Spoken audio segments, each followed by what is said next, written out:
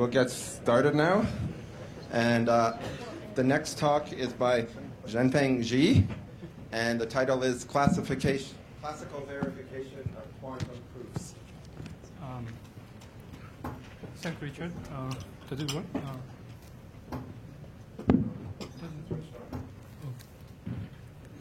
Yeah, it's on. Hello?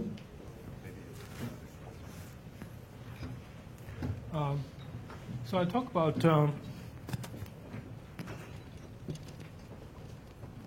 I'm going to talk about how a classical verifier can check the validity of quantum proofs, and so the talk is based on a paper on arXiv of this number, and I'm currently at QC Waterloo and moving to University of Technology Sydney very soon. So we start with classical proof verifications. Proof verification is a very important concept in computer science, and it has motivated studies of different models and complexity classes like NP, IP, MIP, and PCP. For example, in NP, you have a prover and a verifier. The prover hand over the complete proof to the deterministic verifier, who then checks whether to accept or reject the proof. And I guess possibly in the most general setting, you have the verifier who can talk to multiple provers in an interactive setting, and before the verifier makes the decision to accept or reject. There are many interesting results in the studies, and I guess Cook-Levin theorem is the most fundamental and basic fact. It says that NP has complete problems, and 3-set is one of them. And now we have like thousands of complete problems for NP, but 3-set is on the first few known complete problems. A 3-set problem has an instance like that. You have a formula. And it's an AND of clauses, and each clause has at most 3 variables or the negations. And in this case, the proof could be a list of or assignment to the variables x1 to xn, this classical string. So studies of quantum variants of proof verification has also led to important fruitful results. For example, the quantum analog of NP, called QMA, plays a central role in the study of quantum Hamiltonian complexity. And we have local Hamiltonian problem as a complete problem for QMA, first proven by Kitaev. So the local Hamiltonian problem, you have local Hamiltonian, which is summation of local terms, and you are asking whether the ground state energy is below some threshold in the S case, and or above some threshold in the no cases. And in this case, the proof would be a quantum state of n qubits, and supposedly it will be a low energy state. So in this talk, we will be focusing on multi-prover proof verification. And one of the advantages of having multi-provers is that the verifier may not need to see the whole proof. For example, the verifier may randomly sample a clause and ask for the variables in that only in that clause, and but you would see that there is a soundness problem, and we use the second prover to solve the problem. So the role of the second player is we would randomly sample one of the variables in that chosen clause and ask for the assignment for that particular variable. And you can see that the use of the second player solves the problem, and previously the first player A can adaptively answer the assignment to the variables, but once you have the second player, it solves the problem, and the technique is called localization, because the use of second player somehow enforces the behavior of the first to behave non-adaptively and like an oracle. So this proves the NP hardness of multiplayer games. In quantum information, we are interested in players that can share entanglement, and its topic that is like a reformulation of Bell inequalities that we have heard a lot about in the first talk. And so what we're interested in is the role of entanglement and the effect on expressive power of multiple provers. It is an observation by Richard Hoyer, Toner, and Waters back in 2004 that having entanglement can possibly either weaken or strengthen the expressive power of multiple provers. But fortunately, for general games, the NP hardness for entangled provers are recovered, and this is first proven by Kempe et al. and improved to the two-player case by Ito, Kobayashi, and Matsumoto. In a recent breakthrough result, Ito and Vedic proved some sort of scale-up version of the result in seeing that the multiple players with shared entanglement is an XP hard. So this shows that entangled provers at least as powerful as classical provers. But to prove these results, you would rely on techniques that are called entanglement resistant. So the basic idea is that you want to limit the behavior of the players using entanglement. Either you prove that some original protocol, classical protocol, is like immune to entanglement, or you add some gadget so that it becomes entanglement resistant. But it is an interesting question. How can we actually make use of entanglement in a positive way, and so we can have some quantum hardness for entangled games? And this is only achieved very recently. Last year's QIP, Fitzsimons and Vedic provides a four-player protocol. So you have a verifier and four provers who share some quantum state, and the verifier asks classical questions, and players respond with quantum messages.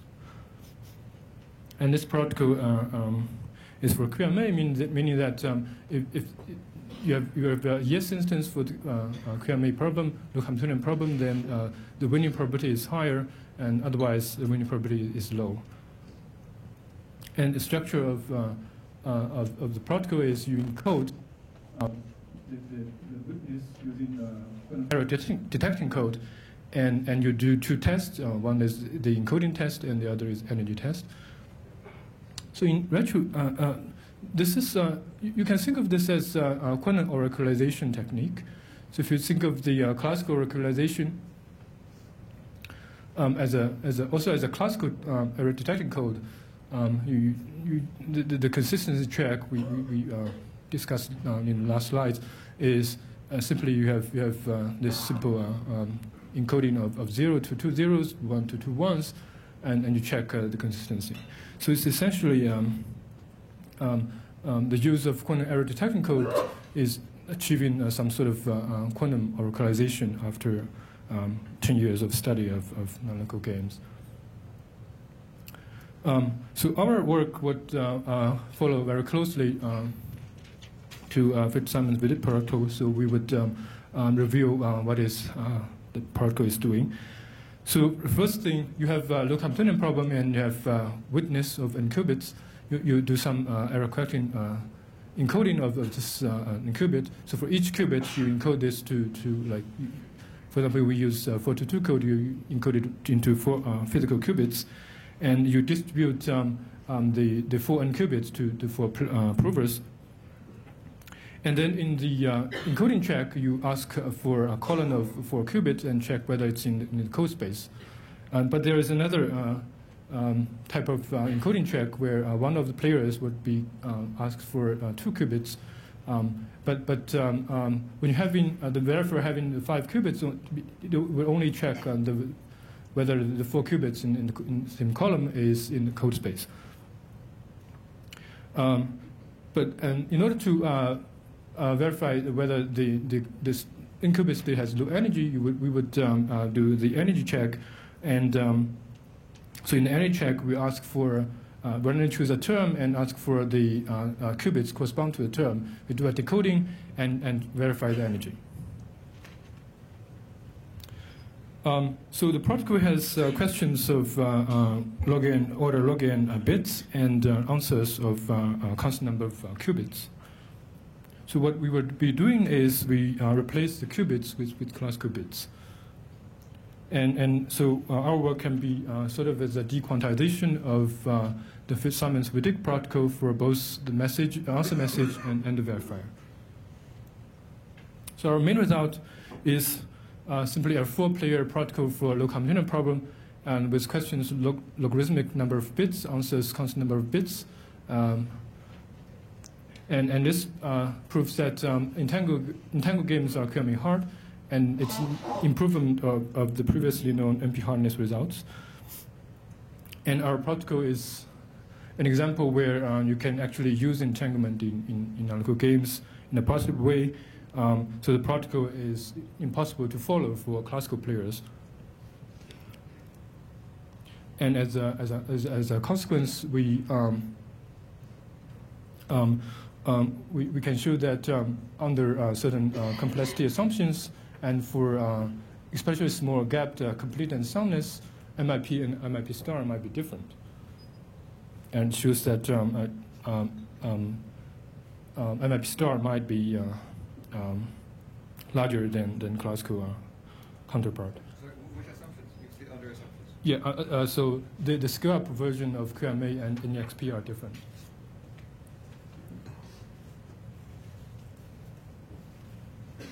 So the overview of our protocol, it's very close to Fitz-Simons. The only change that we make is instead of asking for qubits directly, we ask the players to do the measurement for us. But it's just a simple idea. For example, you have energy encoding testing and energy testing. You just ask the players to do the measurement for you.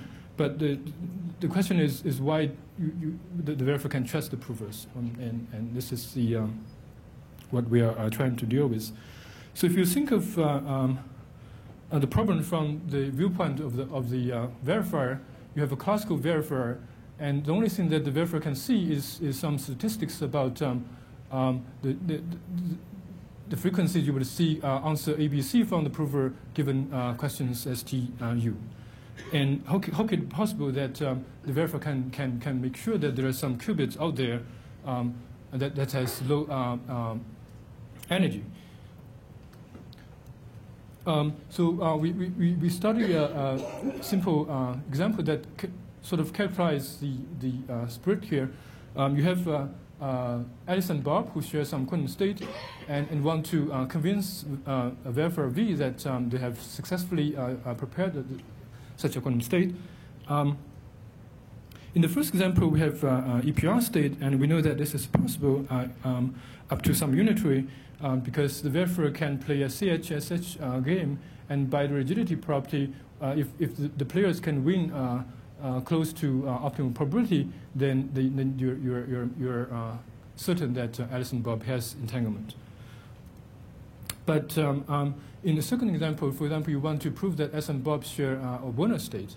But in that case, the situation is worse. Actually, this simple task becomes completely impossible because Werner proved back in 1989 that there exists entangled Werner state, such that no matter what local measurement setting you put on Alice and Bob's side, the classical statistics can be always reproducible by a classical hidden variable model. So in that sense, a classical verifier can never tear apart to provers who share a Werner state and to provers who has no entangled state at all. For a single instance, right? It's a single. Yes, yes. You have several different. Sorry? It's only if you have a single Werner state. Yes, yeah. For some particular Werner state, yes. So our solution is to design a game called stabilizer game, which generalizes CHSH game, so that we would both have rigidity and have the possibility to encode important information. But to motivate the definition of the stabilizer game, we would first recast the CHS-H game in terms of stabilizers. So recall that the CHS-H game is a two-player game where the verifier tests whether the parity of the answers is equal to the end of the questions. So in the CHS-H game, the optimal state is an EPR state. It's a stabilizer stabilized by X, X, and Z, Z. And it's obvious that for that EPR state, the average value of this operator is 2. Now we, motivated by the optimal strategy of CHS-H, we, so remember in the CHS-H game, Alison-Ball has to measure a X and Z basis that is rotated 45 degree. So this is X and Z plane of the Bloch sphere, and we define X prime and Z prime 45 degree from X, and then you would have these two simple equations for the operators. And what we do is we replace, substitute the X and Z for the second player using these identities. What we have is, so you have X and X prime, X and Z prime, and Z X prime, and minus ZZ prime, and this average value would be 2 square root 2. But if this observables have predetermined classical value, then the standard proof of CHS inequality, you have one of the X prime plus Z prime, X prime minus Z prime will be 0. So the value is mode 2. The classical value is mode 2. So from this simple derivation, you will see the square root Coulomb advantage. And even more than that, we have actually reproduced the CHS game from these calculations. So for example, you start with the stabilizers, we replace the second column XZ with X prime Z prime. And so X is replaced with X prime plus Z prime, and Z is X prime minus Z prime. And once you translate these operators into 0 and 1, so X translate to zeros and Z is translate to ones, you would have recovered the table for the rule for the verifiers for the CHS-H game. So these numbers are just the questions S and T, and these are the expected parities. So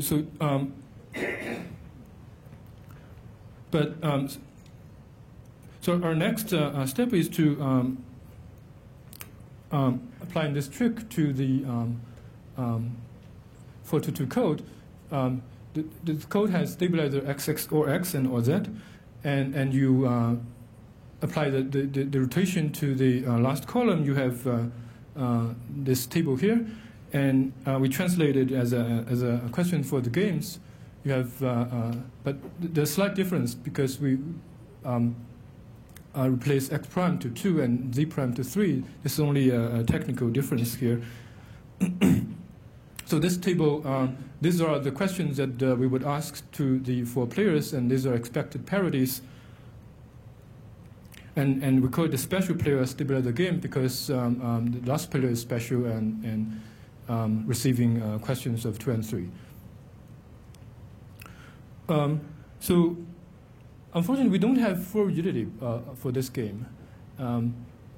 This is not hard to see, but luckily we have partial rigidity. That is, the special player has to measure honestly. In more formal terms, for any strategy of the special player game that is has value close to the optimum value, epsilon close, then there will be an isometry so that the observables are up to the isometry is Z prime and X prime. And the proof is very similar to the CHS rigidity proof from the RUV paper. So the stabilizer games are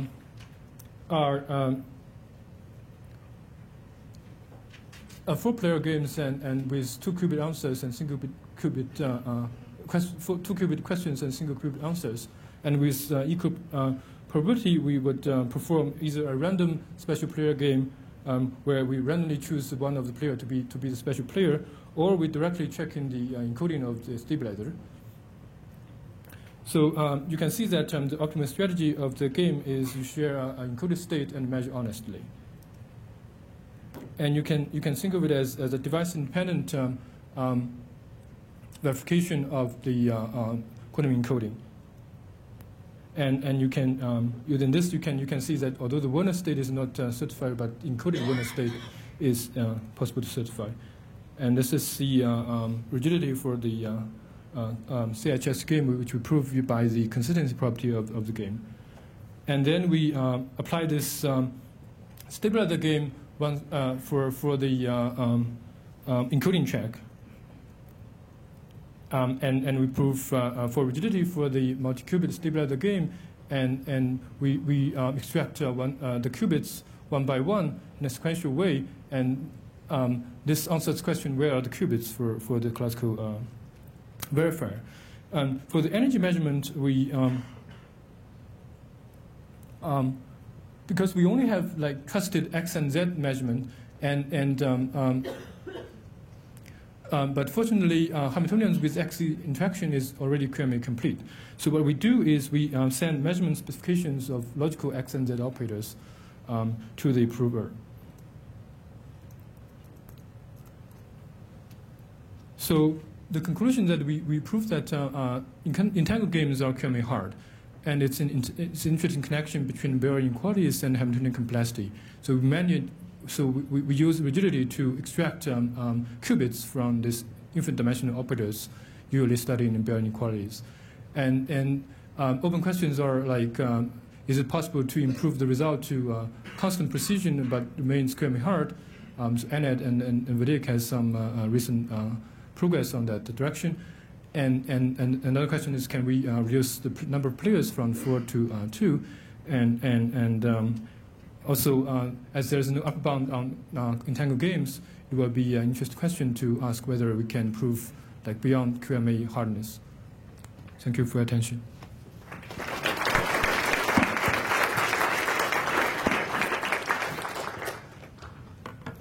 Questions?